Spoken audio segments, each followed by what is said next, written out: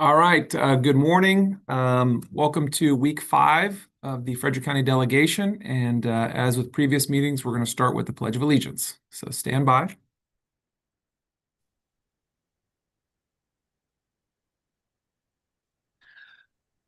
Pledge allegiance to the flag, United States of America, to the republic for which it stands, one nation, under God, indivisible, with liberty and justice for all. All right. We have a busy agenda today. We also have a briefing from the Department of Legislative Services at the end. So let's get to it. The first bill is the SB 718, which is a Frederick County Class L permit. I believe Senator Folden has dropped that bill, introduced that bill in his own name. And we do need to discuss that as a delegation. And Crystal, just to be clear, I know there was some back and forth, but I don't think we actually voted on this bill. I think we tabled it at the end of the last discussion because I know that Senator Lewis Young wanted to make sure she had the language in front of her. So we do have that today. So why don't we put that bill up?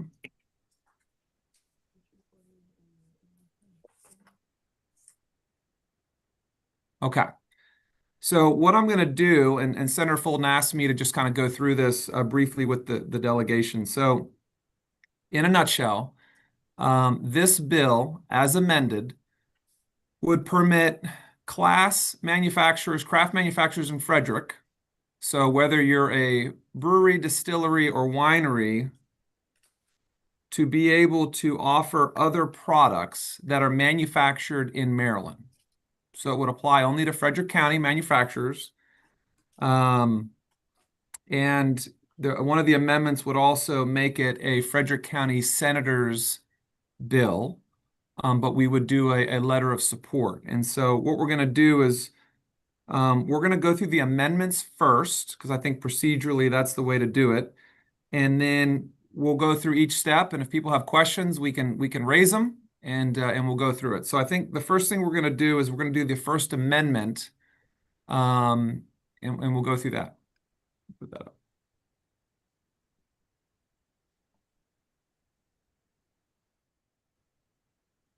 Okay, so this amendment to Senator Folden's bill would clarify that this only applies to manufacturers that are manufactured in the state of Maryland.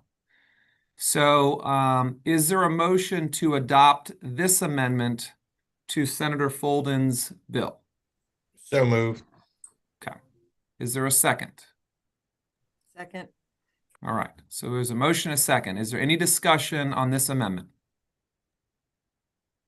Okay. All those in favor of adopting this amendment signify by saying aye. Aye. Aye. Aye. Okay. Are there any opposed for the record? All right. Seeing none. So that amendment is adopted. Let's go to the second amendment.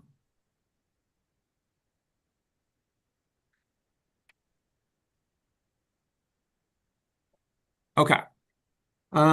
This amendment is technical in nature, and you'd have to look at the bill to understand what it does, but the bill originally only applied to breweries and distilleries. It's my understanding that this amendment would strike those two things and open it up to wineries as well. So the amendment before you would suggest that the local board could issue a permit to breweries, wineries, and distilleries to offer products from other manufacturers from Maryland. So that's what the amendment does. Approval. Okay. Is there a second? Second. Okay. Any discussion on this amendment? Okay.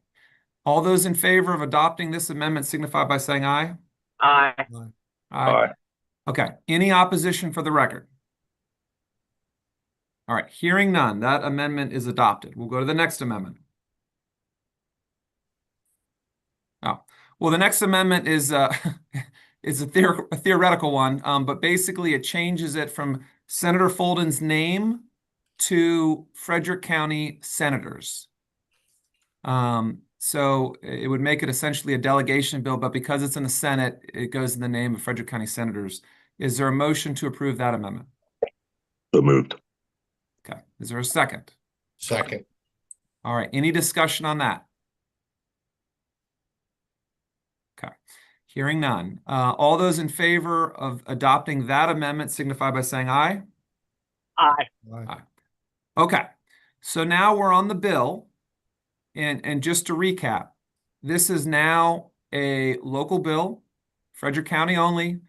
It states that breweries, distilleries, and wineries can be issued a permit to sell other Maryland manufactured products by the Liquor Board. And we would issue a letter of support for the bill that has already been filed. So is there a motion for that? So moved. Second. All right, any discussion? All right, I see a hand up. Delegate Miller, go ahead. Thank you, Mr. Chair. I just wanted to thank everyone for working on this and addressing the concerns that we had. And, just to clarify that, they are only selling by the glass and tastings. So I appreciate all the work that went into this. Okay, Senator Folden. Yeah, thank you, Mr. Chair. I just wanted to kind of echo those same things. I really do appreciate everybody's input to make this a better bill, and it benefits our local wonderful craft brewery and distillery and vineyards. So really appreciate everybody's input in moving this measure forward. Yeah, and then I'll just chime in that, look, Frederick County is home to the most craft manufacturers in the state. That's a great thing, and we certainly support those small businesses, and we want to do our part to help them along because it's certainly been challenging. So this certainly does that, and now it's in the hands of Delegate Kerr, who's the vice chair of that committee. So good luck, sir. Yes, so there's a motion and a second. Delegate Boucher, go ahead, sir. Yes, thank you. Very quickly, I want to compliment the senator on his leadership on this. I'm a small businessman. This is going to be very good for the economy of Frederick County and the farmers. And even though I get mixed feelings being an alcoholic in recovery, I think the language in this bill and the serving sizes was very well thought out. And I'm very grateful for all of you guys being conscious about that. So thank you very much. All right, there you go. So we'll do all in favor signify by saying aye. Aye. Aye. All right. Is there any opposition for the record? Mr. Chairman, I'd like to be recorded as abstaining for the reason that you just cited, that it will go through my committee where I'm vice chair and the subcommittee that I sit on. There may be some additional negotiation, and I'd rather not put my thumb on the scale at this point. All right, we got you. We'll get you for that. All right. So moving on. The next bill is the Frederick County Community College bill that we had that the delegation adopted, put in both on the Senate and the House side. And I understand that there's an amendment. So we'll go ahead and put the amendment up, and then we'll let either Senator Lewis Young or Delegate Fair kind of brief us on what we're doing here.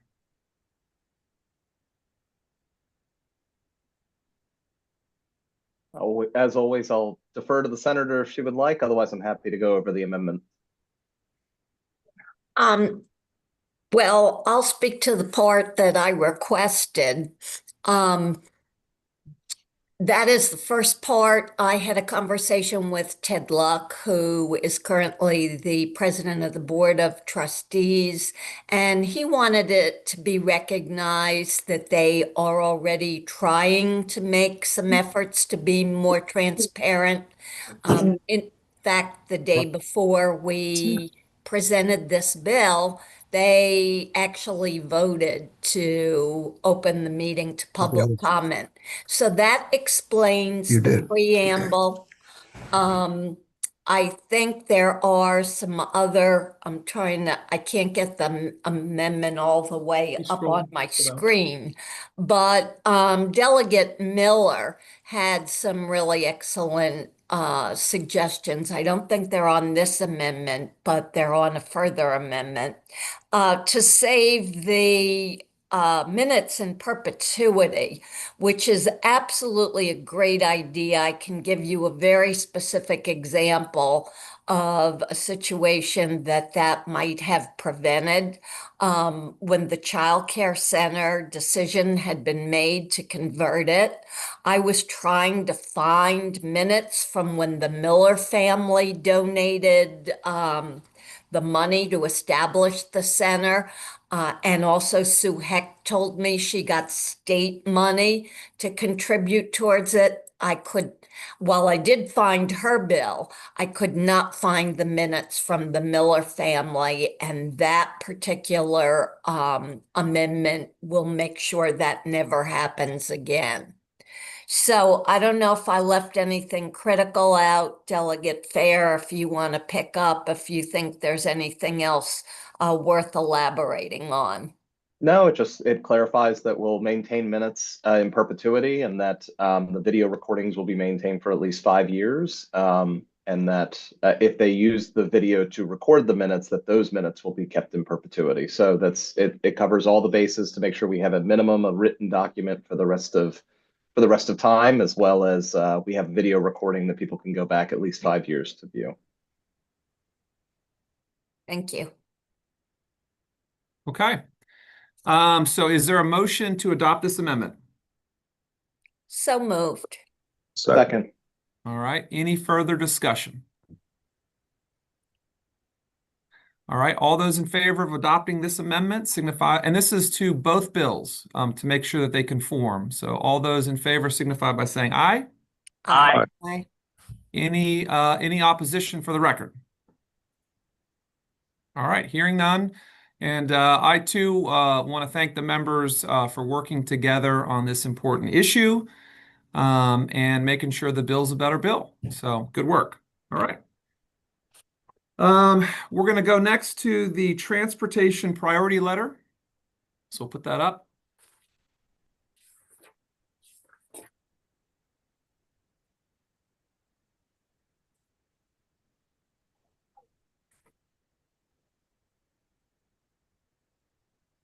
Okay, so this is the transportation letter that every year the delegation knows.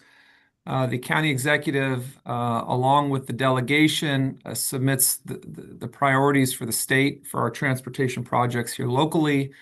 And I wanted to see if there were any discussion on the letter, and then we do need to potentially vote on it. So Delegate Miller, go ahead. Thank you, Mr. Chair. I still have concerns about, and I know that there's been either some, direction from the governor, or I understand why they put the piece in there, but about the housing and economic development piece with the housing element piece, we're fastest growing county in the areas. I'm sorry, it's on page 3 at the bottom. Yep, there we go. So I'm concerned about the overcrowding we already have at the school, the deteriorating infrastructure that we have in our rural areas.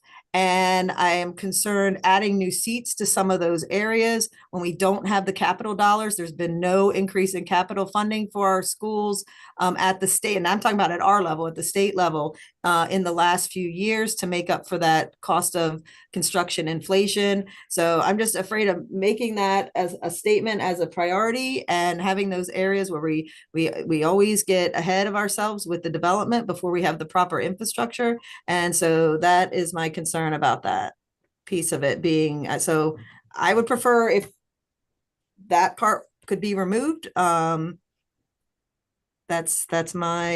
would be my preference. Okay. Anyone else have any thoughts on this part or any other parts of the letter?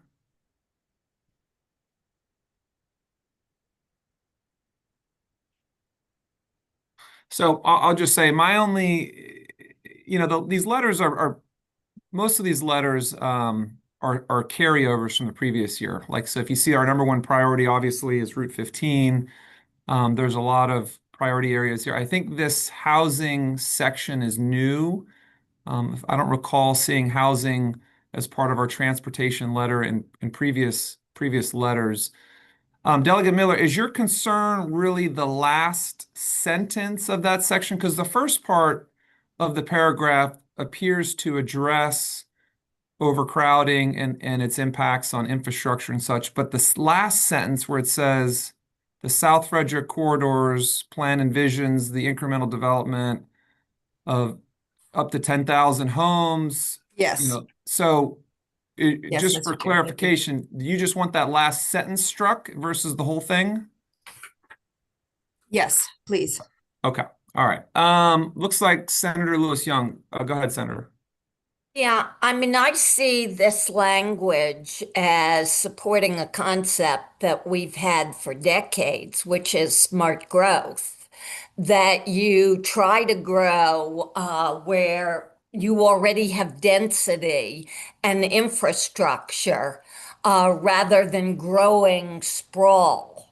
So that's how I interpreted this. Plus, the push by the governor and the Washington Council of Governments is transit-oriented development to try to facilitate your development where there's better transit options. And that's how I interpreted this, not as something new or challenging our infrastructure, but targeting where it exists already. And I guess, is it okay if I respond, Mr. Chair? Sure. Yes. Yeah, and I please. would say like it's the facilitating piece. What does that mean for, like I said, the existing overcrowding in the schools? And that's why I think, there's a difference between targeting and actually facilitating that part of it into a specific area that already doesn't have the infrastructure need. So it could be a, theoretical goal, but we actually have to look at what we're doing in Frederick County and what the impacts have been on our citizens. And a lot of these transportation projects have been delayed and delayed and delayed and delayed. So we don't have the infrastructure as well as the schools. Thank you. Delegate Valentine, go ahead, sir. Thank you, Mr. Chair. I was just going to echo Delegate Miller's comments. I do have a little bit of a concern with just the last sentence. I for the reasons she stated. Just the last sentence in that paragraph is the only concern I have. Okay. Delegate Boucher, go ahead, sir. Thank you, Chairman. I think the language of facilitating might be alluding to the fact that they will provide the infrastructure. This is a tough conundrum because I face it as a county commissioner. The people in the areas that are already developed don't want any more development, so they want to push it out into the rural countryside. So actually, this type of language might be helpful in keeping the future housing development within the areas that already have the municipal water and sewer. And I'm wondering if we do remove it, is there going to be any potential backlash from the majority party in bucking this? So it can be a double-edged sword. It's a lot to consider. Thank you. Okay. Delegate Fair, go ahead, sir. Thank you. Yeah, I would echo Delegate Boucher a little bit there, and Senator Lewis Young certainly. This is an area that's been highlighted by the Frederick County Master Plan as an area of interest for development. This is as we are desperately seeking out where development's going to exist in order to get affordable housing in line.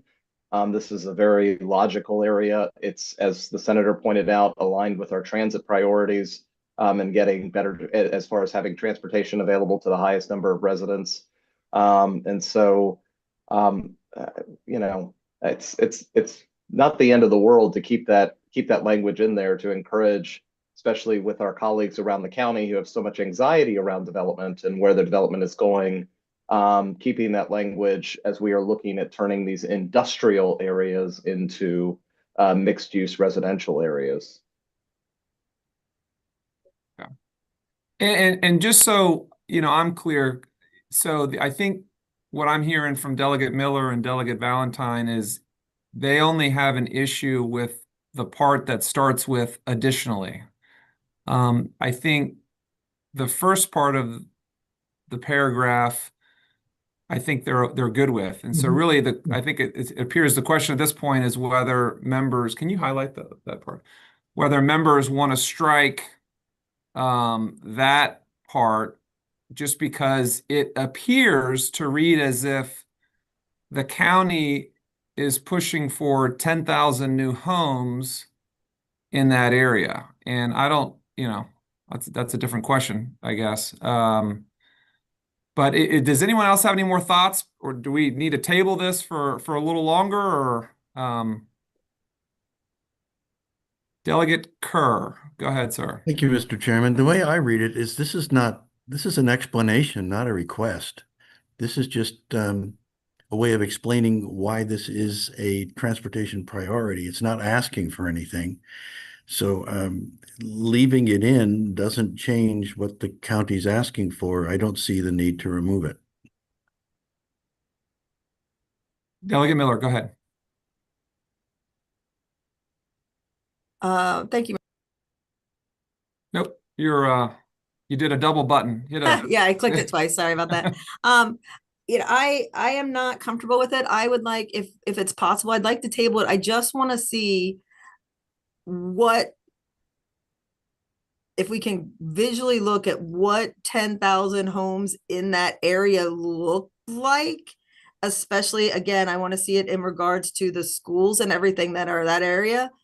Frederick County does do an amazing job with forward funding our schools, but we're getting into a position where we have all of this consolidated infrastructure. It is really impacting our schools. We're already having to build a new school in Frederick to meet the existing seats, and you have to meet the additional seats. But that devastatingly affects our ability to replace the infrastructure out in the rest of the county. And so I would really like to see, it's one thing to just, say up to 10,000 homes, and that this actually means we're actually facilitating that. So we agree as a delegation that we want to facilitate those areas before we as a state can give them funding. So it's cart before the horse again, and people get very frustrated with that when we make these decisions. So I would like to personally see what that looks like in that corridor, in the maps, the schools that are affected and the area that's affected. That would be my preference. Okay. Senator Lewis Young, is that a legacy hand, or do you have another? No, I have another Okay. thought. I think we could put some additional language in here that expresses the concept that we do not want to see additional development unless the infrastructure is in place or will occur concurrently with the development. And I think that gets to Delegate Miller's concern, but relative to her specific concern about school overcrowding, I just wanted to mention that our study to address rapidly growing districts just moved to third reader in the Senate. And I believe we will have support from the House this year. Okay. So are you guys good with this? Here's an idea. We'll send a letter we'll send an email to the county executive office and ask them maybe to reword that paragraph to reflect some of the ideas that were mentioned in the delegation meeting, and then I'll bring it back to you guys and we can, it sounds like maybe it's just a rewording would probably be most appropriate. If everyone's good with that, then perfect. All right. So then that's what we'll do. We'll table this. We'll send them an email today, and we'll provide some feedback to them on this paragraph, and then we'll bring it back to you guys. Cool. All right. Well, there was I'll just go through it. So there was a motion to do that. Is there a second? Second. All right. Any discussion on that? All those in favor signify by saying aye. Aye. Okay. All right. Any opposition? Perfect. I know Crystal's watching me, so I just want to make sure I go through the process. All right. So that moves us through our agenda for the most part today. We do have a briefing from the Department of Legislative Services. I understand that they are briefing all delegations. So if they're ready to come in, they're joining. All right. And then we'll let them proceed and we'll get everyone out of here at a reasonable time. Okay.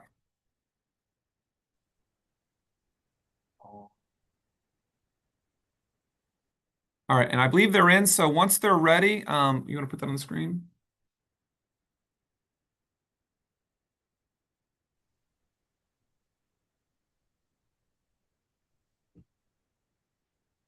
So DLS, go ahead and proceed.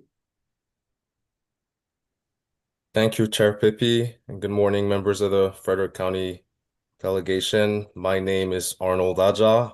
I'm pleased to be joined by members of our state aid team. Our senior manager, Hiram Birch, is here, senior policy analyst, Valerie Monroe, and two of our legislative fellows, Elise Malik and Colin Maloney, who are supporting us this legislative session across various functions.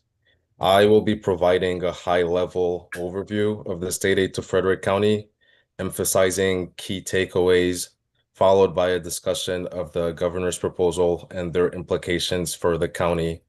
I just want to stress that the figures you will hear today reflect the governor's budget as introduced. If we can please go to page 7 of the report.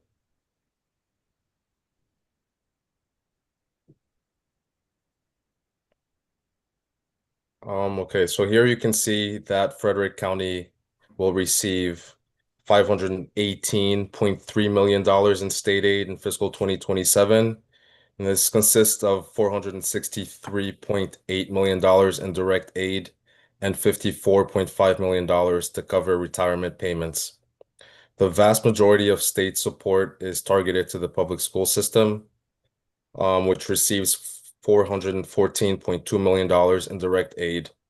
Frederick Community College receives $24.6 million. The county and municipal governments will get $17.8 million. The local health department receives $5.1 million, and the library system $2.1 million. On page 9, this page shows you that you can see that total state aid grows by $15.2 million over the prior year. And most of that increase, around $13 million, goes to the public school system. Funding for Frederick Community College increases by $623,000. County and municipal governments and the library system experience a slight increase in funding. The local health department, however, faces a reduction of $94,000. And if you look statewide, overall funding for local health departments remains unchanged at $115.2 million. On page 10, so here you'll see percentage changes across the board, but local health departments really jump out here. The local health department experiences a 1.8% decrease, and this is part of a statewide issue affecting counties where the local health department is primarily staffed by state employees. So funding to the local health departments is based on a core formula, which is annually adjusted for population growth and inflation. In recent years, supplemental funding was provided to cover salary increases for state employees working at these departments. Last year in the 2025 session, budget language was included to restrict growth adjustments to the core formula only. It appears that the agency has reshuffled formula funding to comply with this requirement, and because overall funding remains flat, the cuts fall on salaries. I would like to note that DBM has since indicated that there is money included in the budget for fiscal 2027 COLAs, but that amount or the county allocations have not been disclosed, and we are unsure whether this will offset the reductions. If we can skip to page 20, please.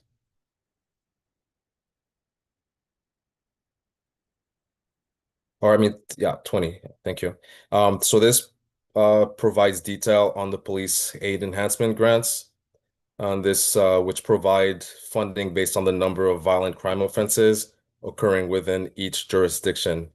And this is the 5th consecutive year that the state budget has included discretionary funding for this purpose. Funding has traditionally been recalculated each year using the latest Uniform Crime Report. The administration's approach this year is different, and jurisdictions are getting the same amount as last year. And Baltimore City also receives a small enhancement. On page 21, this sort of shows you can see how the change in allocation approach affects funding.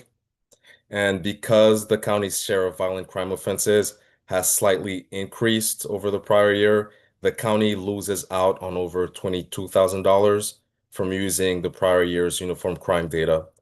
Around 1/3 of jurisdictions are negatively impacted. And of the 2/3 that benefits from this change in approach includes Baltimore City and Prince George's, who collectively account for around half of the violent crime offenses in the state. Just for like illustrative or reference, Frederick County accounts for 2.5% of violent crime offenses statewide. If we can go to page 31, please.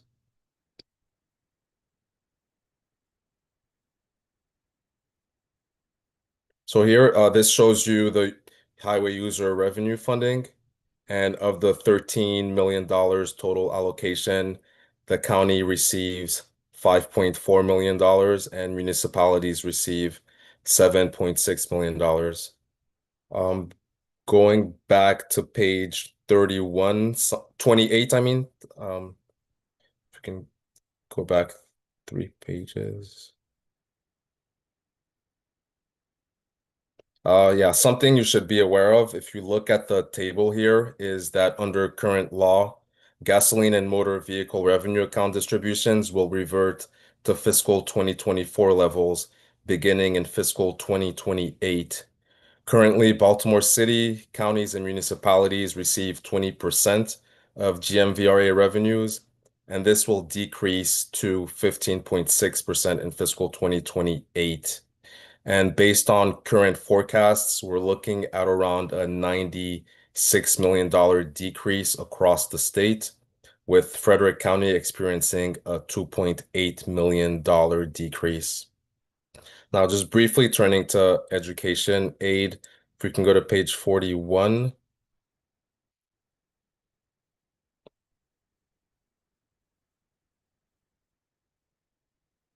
As noted earlier, most of the state aid flows to the public school system. This page shows you that the public school system receives $464.3 million, and this translates to $10,052 per pupil. The next page breaks down funding between direct aid and teachers' retirement, and most of the direct aid supports at-risk students and is distributed based on local wealth, with the less wealthy jurisdictions receiving more aid per pupil. Retirement payments are based on costs and salaries and not on wealth. For reference, we've included in this report exhibits covering the foundation program, funding for the blueprint, and student enrollment information, and this is available for you to examine at your own leisure. But right now, I want to turn your attention to the administration's proposals, and these are on page 11. So if you can go back. Yeah, so here, this page summarizes proposed enhancements and reductions in state aid. I just want to highlight 3 major policy changes. First, the administration has applied a revised enrollment count for free and reduced price meals, which increases school funding statewide by $228.4 million over statutory amounts. And this affects 3 programs, the compensatory aid, concentration of poverty, and the education effort adjustment. However, this change does not benefit the Frederick County Public School System. Here, Baltimore City, Prince George's, and Montgomery County are the main beneficiaries. The second policy change affects community college funding and requires legislative approval. The Budget Reconciliation and Financing Act contains a provision that would reduce fiscal 2027 funding by approximately $21 million by capping each community college's year-over-year increase at 3%. And if approved by the General Assembly, this limitation would continue through fiscal 2029. The third policy change is also contained in the Budget Reconciliation and Financing Act, and local governments would become responsible for 50% of the statewide increase in retirement payments for teachers, librarians, and community college faculty. And this is also subject to General Assembly approval. The next page, page 12, shows you the impacts on your county. The second column shows that the proposed 3% cap on community college formula increases would reduce funding to Frederick Community College by $1.5 million in fiscal 2027. And for context, without the cap, the county would receive a 9.5% increase instead of the 3%.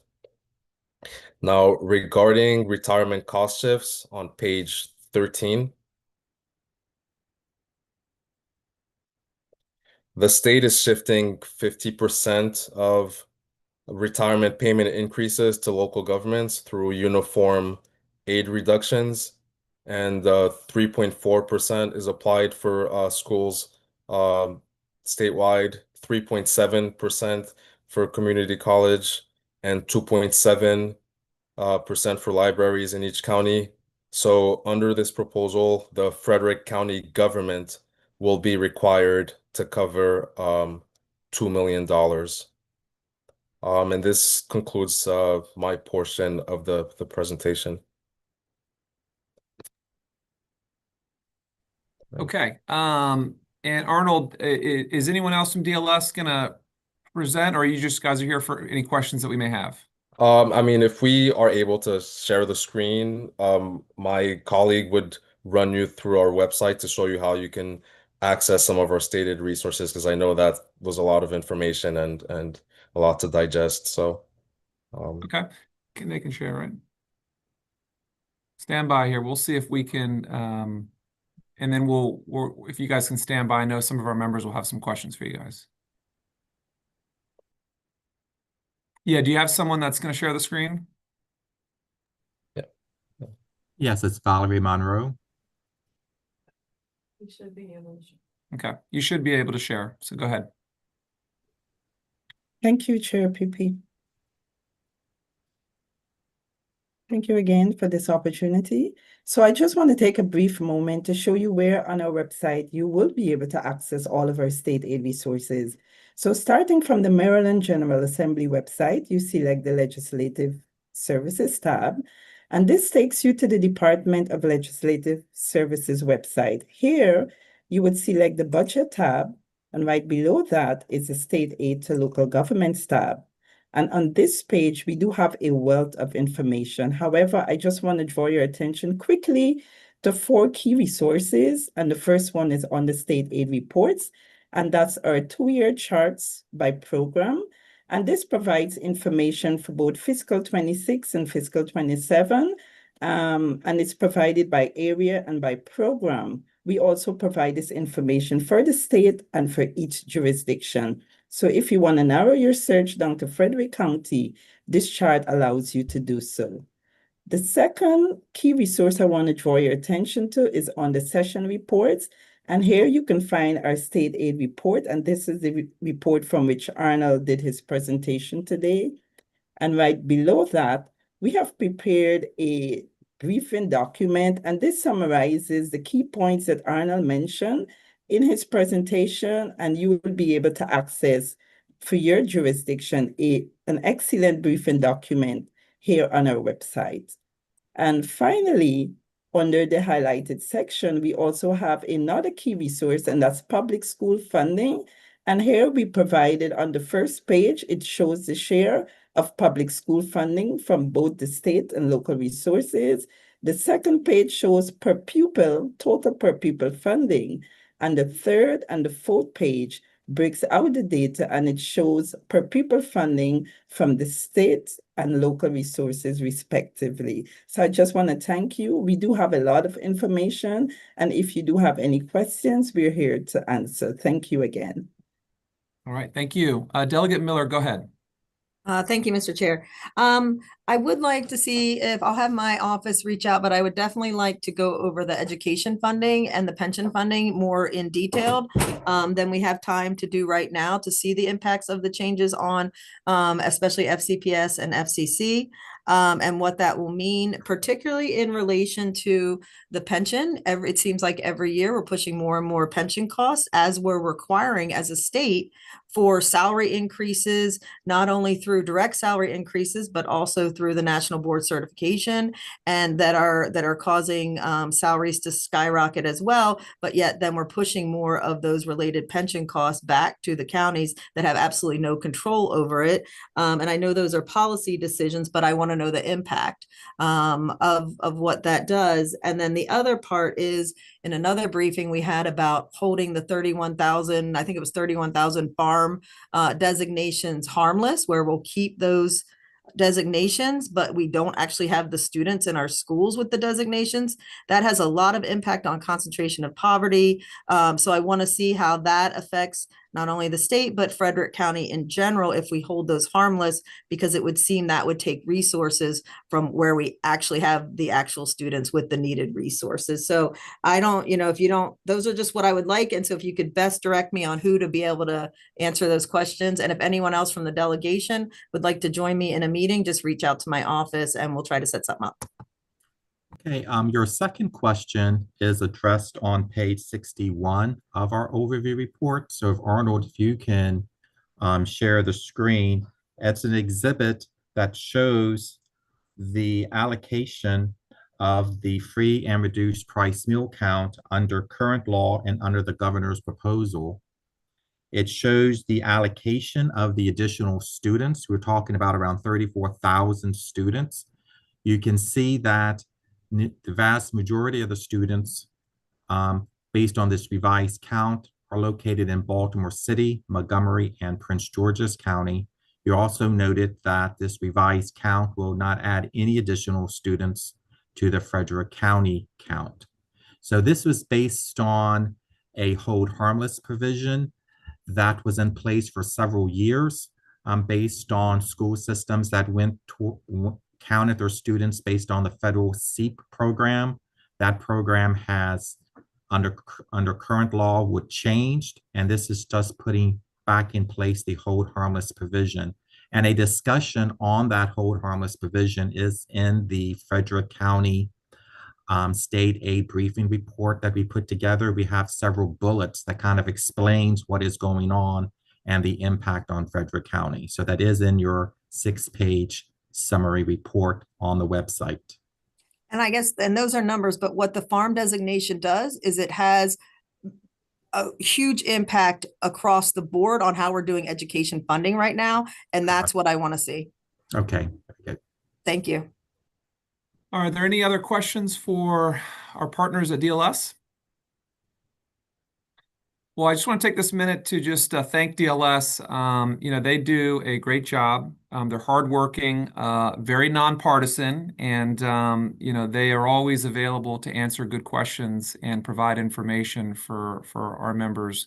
So we want to thank you for taking the time today to present, and I would certainly encourage members to reach out to DLS because they are here to help, and they have a wealth of information that ultimately can support your districts. So we thank you for coming on this morning. Thank you. Thank you. Thank you, So Frederick. the last part for our members is under member comments. Delegate Fair, did you have something?